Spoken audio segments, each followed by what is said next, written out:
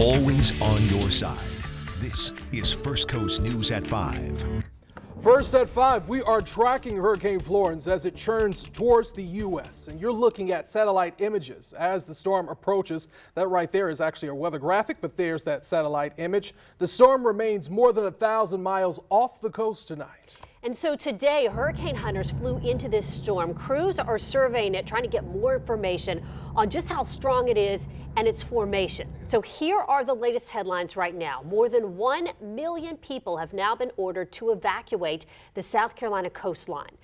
Here in Florida, the National Guard's on standby in case the storm does strike the Sunshine State. And 4 states now have declared a state of emergency. And we do have team coverage for you today at 5 ahead of this storm. Our Jessica Clark is at Porpoise Point in St. Johns County, where high tide is a concern with the already severe beach erosion. And our Alex Ositis is in Jekyll Island tonight with the impact on sea life there. Meanwhile, our storm experts are tracking the latest developments. Our Lauren Routenkrantz is at our backup facility tonight, but we begin with meteorologist Tim Deegan. And Tim, I know you just got the 5 o'clock update. Well, we literally just got them in. Of course, as this hurricane nears the coast, it's all relative. We're still talking about a hurricane that is over 1,100 miles to the east of the southeastern seaboard. But because we're talking about just 2 to 3 days away, soon hurricane watches and warnings will be issued. And so every advisory now pretty dramatic, at least for someone along the coast. The big concern continues to be for our friends to the north. We expected that this hurricane would re-intensify. We expected it to rapidly re-intensify. Weren't sure if it would be today or tomorrow. Well, my goodness, it has certainly happened today. We're talking about a hurricane that is now a Category 4 and approaching Category 5 strength. So this just came in from the hurricane hunters. The pressure continues to drop, and the winds are now at sustained 140, gusts to 170 miles per hour. Now that's a lot of ocean there, 1,200 miles. That's good news in that it gives us and others time to watch and prepare. On the other hand, there's a lot of ifs to the forecast when there's that much to go, and maybe this is the most unfortunate part. There's something we call the heat oceanic content. It's not just the warmth of the surface water, but down to 200 meters. And over the last couple of decades, we've seen the heat oceanic content really increase. And climatologically, this part of the ocean is 2 degrees Celsius, 3.5 degrees Fahrenheit warmer than average, and this is already a Category 4. Thus, take a look at the forecast. The Hurricane Center, I can tell you through the decades, they're very conservative about actually forecasting, showing the chance of it being a Category 5 hurricane. And basically, with this forecasting winds to 155 and gusts to 185,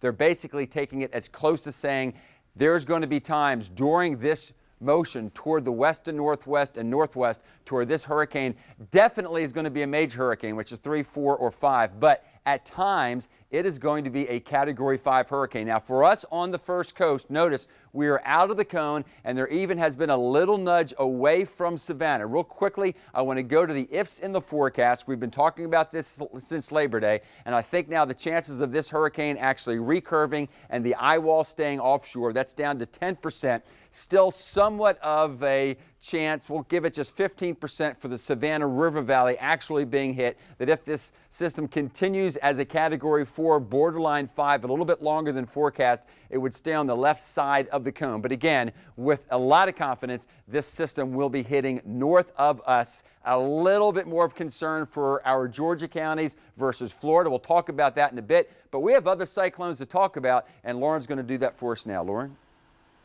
Hey there, Tim. Yes, we not only have Florence, but we have 2 other hurricanes that we're tracking in the Atlantic Basin, and then 2 other disturbances that have a chance for development within the next 5 days. So, of course, you've touched on Florence very well there, and again, we're going to be keeping an eye on it for our friends up to the north. But we've also got Hurricane Isaac. Now, Isaac has not actually strengthened all that much today, and the Hurricane Center in their discussion even said they're not really quite sure why, because the ingredients are there for this to strengthen just a tad. Now, it will be approaching the Lesser Antilles Islands within the next couple of days, so there could possibly be some watches and or warnings that are posted very shortly with this system, likely to make impact kind of the same time period that Florence will be impacting possibly the Carolinas Carolinas by Thursday night. Now, it could likely be a Category 1 hurricane at that point. We'll continue to watch it as it moves into the Caribbean Sea, because after that it's likely to weaken a bit more significantly thanks to wind shear. Then we've also got Hurricane Helene. The good news is that it's already taking that turn up to the north,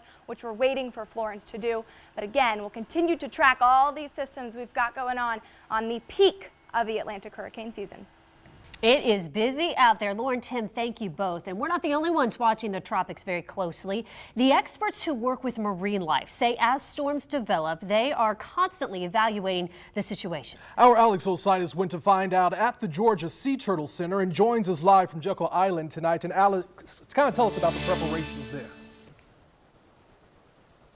Well, Anthony, they don't have any plans right now to release any extra animals, because you can see here just over my shoulder those white caps, making it a dangerous situation for a lot of the sea turtles. Now, we know short term this could impact or even displace some animals, but long term they may find new homes altogether. We're talking about dolphins, other marine mammals, sharks, sea turtles. These things are strong and they can move around. They can hold their breath for a long time. Durability being one of the biggest assets of marine animals, David Steaton says. He oversees programs at the Georgia Sea Turtle Center on Jekyll Island, adding that sea turtles, like some of the ones housed here, can bounce back. Days of rough seas may throw them off course or impact their feeding, but that too will pass.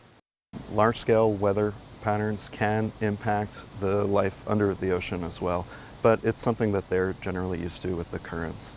So I wouldn't expect them to be impacted too strongly. It's what they learned at the center after Hurricanes Matthew and Irma. Their clinic out back did not see any more patients than usual after the storms. Still, weather conditions can change in an instant, and what these animals in the path of Florence face could be much different from what their relatives faced in southeast Georgia or Florida. Steen says as a result, permanent migration is not so far-fetched. It's been predicted, some have suggested that possibly sea turtles will shift their nesting further north with the increase in temperature associated with climate change and severe weather, but we don't know that for a fact. And ecologists still have a lot of unanswered questions, so they'll be watching this storm closely to learn from it. Coming up at 5:30, how this will directly impact nests and hatchlings, even here on Jekyll Island. This storm, as well as future ones, we'll have that coming up at 5:30. For now, we're live in Jekyll Island. Alex Osiris, First Coast News, on your side. Alex, thank you. And Florence is creating the potential for more erosion along our coastline. One area already dealing with severe erosion is Porpoise Point in St. Johns County. Jessica Clark continues our team coverage live tonight from Porpoise Point. Jess? Well, good evening, Heather. Let me kind of take you through what Porpoise Point is experiencing over there. That's where people typically drive onto the beach, but you can see the gate is closed, and that's because there's not a whole lot of space to drive on Porpoise Point. This is where the water comes at high tide all the way up to here. This is part of the ramp to get on to Porpoise Point. So follow me. We're not dealing with high tide right now. That's going to happen around 9 o'clock or so. So right now we're able to see a good amount of beach, but even this, if you look down here, there's not a whole lot of space to drive, and so that's why it's been closed off. High tide that has been coming up into here knocked over this sign right here warning people about the conditions. If you go this way, these posts here in the ground, they used to not be exposed 6 months ago. These are exposed, and some of them further down there are exposed to the height of, 5 or 6 feet tall. And then look at this. This has all happened so quickly, say in the last few months or so. July 4th, I'm going to turn your direction this way. July 4th, you couldn't see the seawall. You couldn't see the rocks because the sand was covering the rocks here. And so we're talking about, I'm going to get in here so you can see how much sand we're talking about. This is about where the sand came, just July 4th. So that's what, 2 months ago? And so all of this was covered by sand, and all of this sand has been eroded, which leaves the folks who have built and now live on Volano Beach pretty concerned about what's going to happen next. At 5:30, we're going to talk a little bit about the history of Porpoise Point. And also talk about how meteorologists, even in the 1980s, were expressing concerns and even giving warnings about building on places like this.